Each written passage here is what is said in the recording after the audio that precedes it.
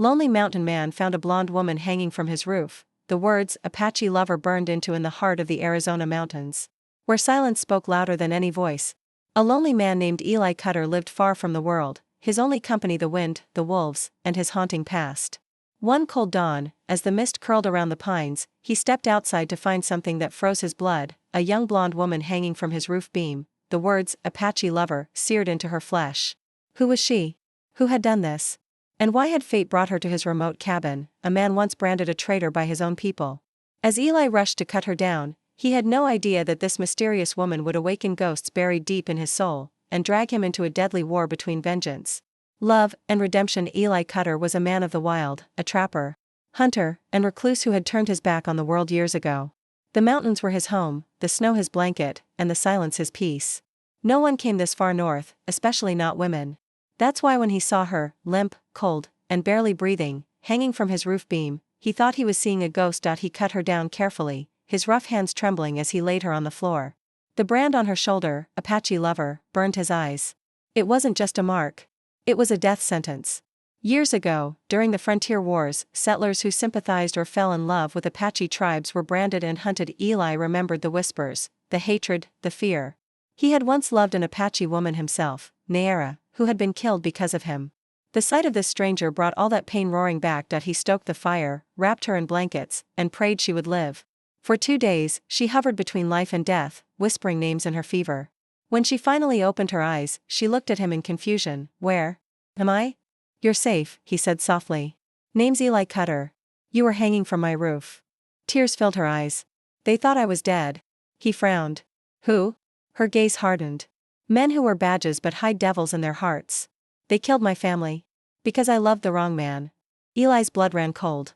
He knew that pain too well. If this story moved you, don't forget to like, share, and subscribe for more emotional tales of courage, love, and redemption. Comment, Apache Lover, if you believe true love can survive even the harshest storms. The woman's name was Clara Monroe.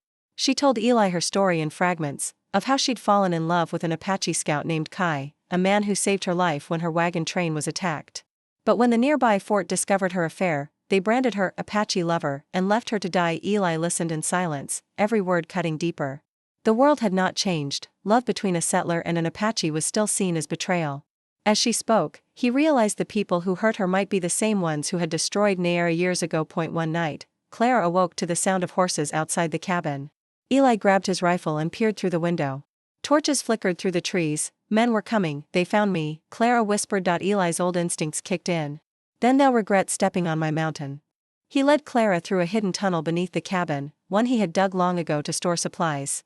As they crawled through, the cabin above them erupted in flames. The men had set it ablaze. From the hilltop, Clara watched her only refuge burn. Eli put his hand on her shoulder. Fire can destroy, or cleanse.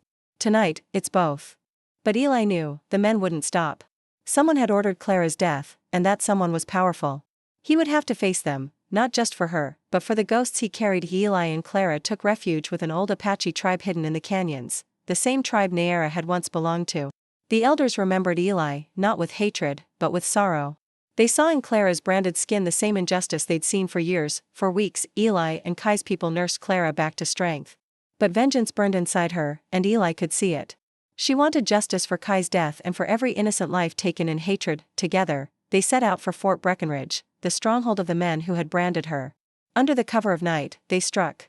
Eli knew every inch of the fort, every shadow. When dawn broke, the truth came out. The man behind it all was Colonel Mathers, the same officer who had ordered Nayara's death years ago. Eli confronted him in the yard. Rifle aimed, the morning sun bleeding across the horizon. You killed love twice. Mathers, Eli said coldly. Now it's time love kills you. The final shot echoed through the valley. Clara fell to her knees, tears streaming, not of sorrow, but of freedom. As they rode away, the smoke of the fort rose behind them. Clara looked at Eli. What will you do now? He smiled faintly. Maybe stop being lonely. For the first time in years, Eli Cutter felt peace, not from solitude, but from finding someone who understood his scars.